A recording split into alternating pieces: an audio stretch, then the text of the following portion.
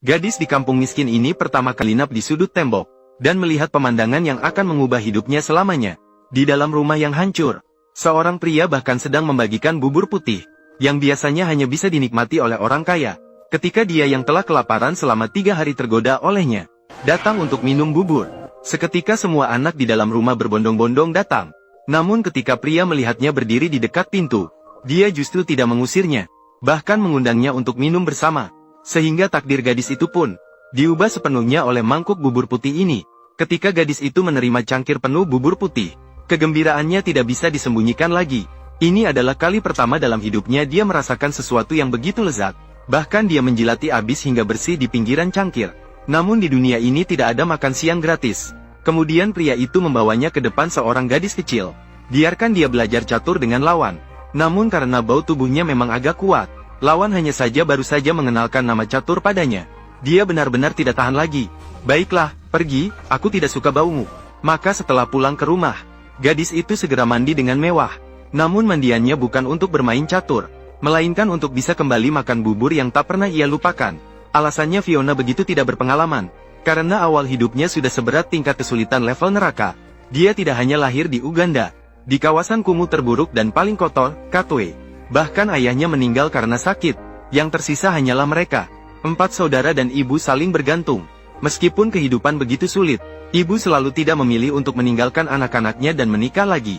Dia selalu mengajarkan anak-anak untuk mengubah nasib dengan kerja keras. Namun, anak perempuan tertua tidak memiliki integritas. Dia selalu memikirkan bagaimana cara mendekati orang kaya. Karena saat ini, bertahan hidup hanya dengan kerja keras terlalu sulit. Mereka juga seringkali harus berpuasa 3 hari 9 kali. Meskipun bekerja keras menjual jagung dari pagi hingga malam, mereka tetap tidak memiliki cukup uang untuk sekolah. Akhirnya pada hari itu, kakak perempuan kalah oleh kemiskinan. Dia pergi dengan diam-diam setelah keluarganya tertidur pulas di malam hari. Dia naik motor milik anak orang kaya. Dia diam-diam melarikan diri dari rumah tanpa harapan ini. Namun, kepergian kakak perempuan tanpa pamit tidak terlalu berdampak besar. Karena pada akhirnya, kehidupan harus terus berlanjut. Fiona masih harus sibuk menjual jagung di jalan setiap hari bersama adiknya. Namun, pada hari itu, dia menemukan bahwa adiknya agak aneh belakangan ini. Karena setiap kali setelah menjual jagung, dia akan menghilang. Maka dia diam-diam mengikuti. Ini adalah awal dari cerita. Dia menemukan rumah bubur ini. Ini memberi Fiona kesempatan untuk makan kenyang. Dan orang yang mengelola pondok ini bernama Robert. Dia adalah salah satu dari sedikit yang berhasil keluar dari sini. Seorang mahasiswa yang pergi dan kembali setelah belajar, hanya karena dia seorang pemain sepak bola. Karena cedera pada kakinya, hanya bisa menjadi pelatih olahraga di sini. Mungkin sulit untuk keluar dari situasi sulit.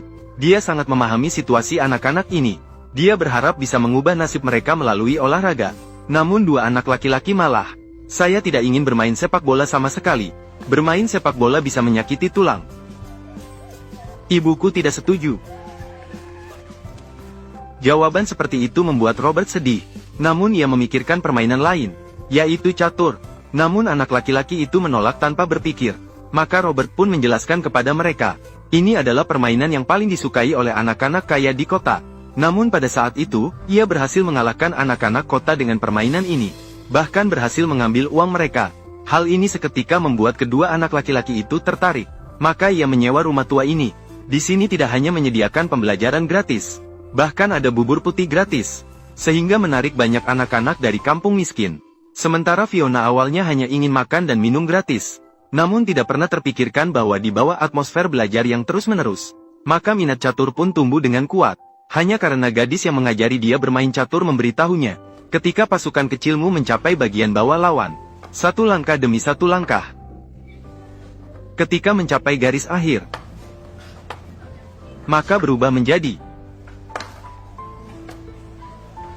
ratu.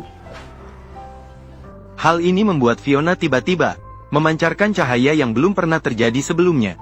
Pasukan kecil di lapisan bawah bisa melawan ratu. Mengapa kita tidak bisa menjadi orang yang bangkit dari kekalahan?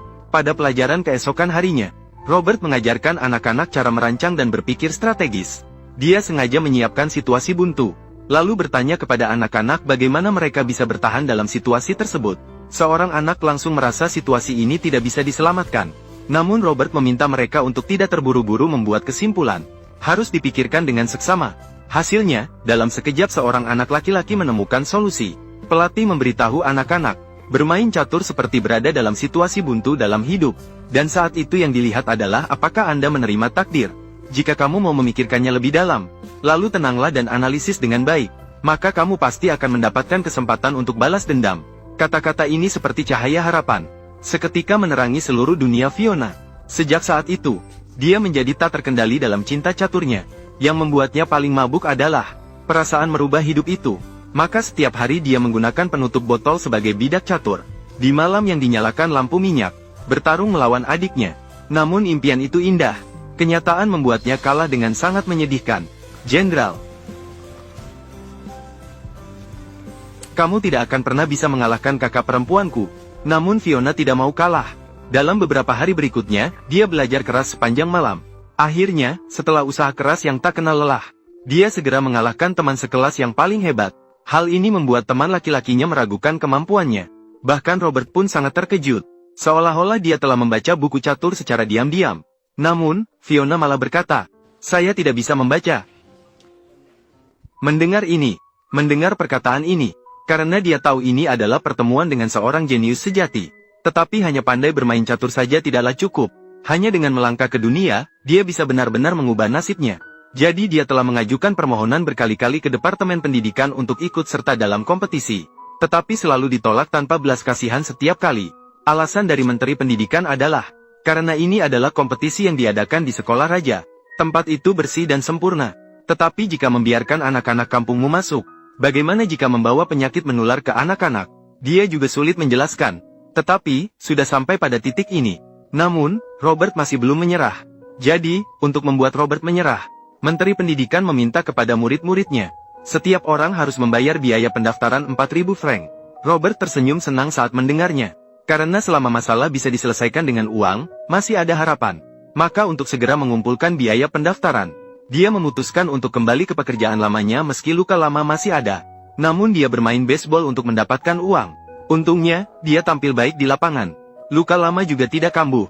Dia juga berhasil mengumpulkan biaya yang cukup. Kemudian dia segera membayar uangnya.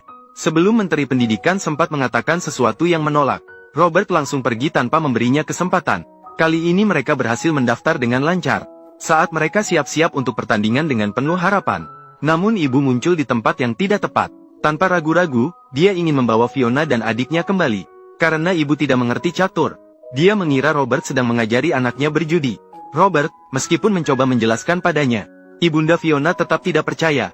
Langsung memberinya peringatan. Sebagai seorang ibu, juga tidak akan membiarkan anaknya tersesat.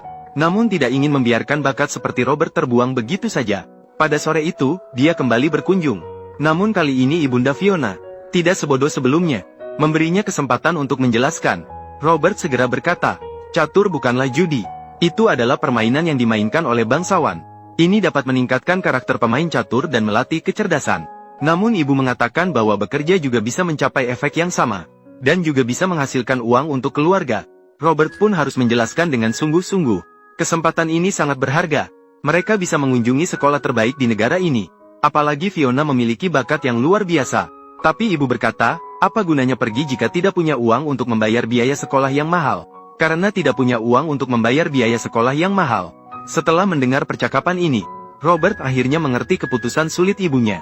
Maka dia segera berjanji, jika Fiona bisa ikut dalam perlombaan, dia akan mencari cara agar anak-anak bisa sekolah setelah pulang. Meskipun ibunya tidak berpendidikan, tapi dia sadar akan pentingnya pendidikan. Maka demi masa depan anak-anaknya, akhirnya dia setuju. Di dalam perjalanan menuju sekolah raja, anak-anak bersorak gembira dan menari-nari. Namun ketika mobil melewati permukiman kumuh yang kotor, dan masuk ke area sekolah, pemandangan di depan membuat mereka tercengang. Lapangan yang luas dan siswa-siswi berpakaian rapi. Bahkan ada bangunan sekolah yang megah. Ini adalah tempat yang belum pernah mereka lihat dan mereka impikan. Namun kini meskipun mereka berada di antara mereka masih terlihat tidak sesuai. Malam itu, ketika Robert datang ke asrama untuk melihat kondisi anak-anak, ia menemukan semua tempat tidur masih rapi, tanpa tanda-tanda digunakan. Sementara anak-anak berdesakan tidur bersama di lantai. Mungkin hanya dengan cara ini, mereka bisa merasa tenang. Selamat malam, anak-anak. Namun tak disangka keesokan harinya, anak-anak ini mulai menyerah, menangis ingin pulang. Bahkan seorang gadis kecil sampai terkena asma karena gugup. Mereka kehilangan semangat saat pertama kali datang. Karena mereka yang tumbuh dari keluarga miskin merasa rendah diri sejak kecil. Mereka pernah merasa bahwa mereka tidak mungkin mengalahkan anak-anak yang lahir di Roma.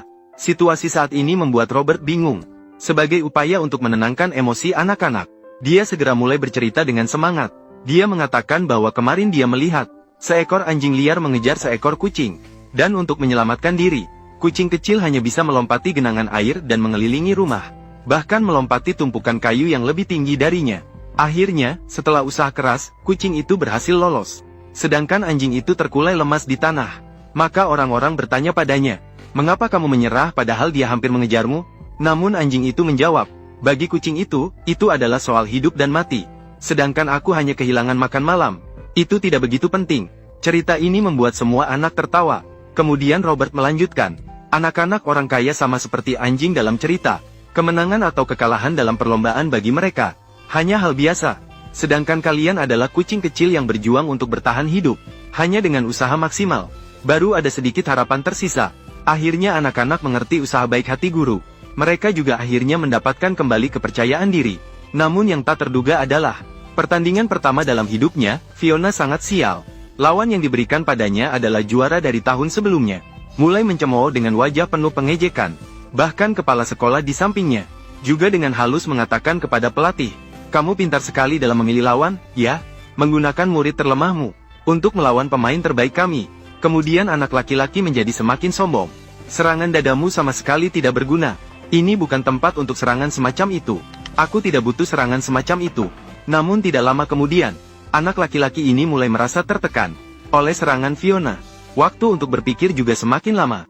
Namun Fiona tetap tenang dan mantap. Saat langkah terakhirnya diambil, anak laki-laki di sisi lain langsung kalah.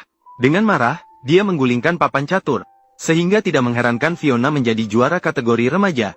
Setelah kembali ke rumah, Robert pun menepati janjinya, mulai mencari sekolah untuk Fiona. Namun dalam proses ini dia meminta istrinya yang menjadi guru mengajari dia membaca. Namun ketika hidup mulai membaik, takdir kembali memainkan lelucon besar padanya. Hari itu adiknya yang sedang menjual jagung di jalan, tiba-tiba tertabrak oleh sepeda motor yang melaju kencang. Pelaku langsung kabur setelah menabrak. Oleh karena itu, untuk menyembuhkan adiknya, mereka menghabiskan semua tabungan keluarga.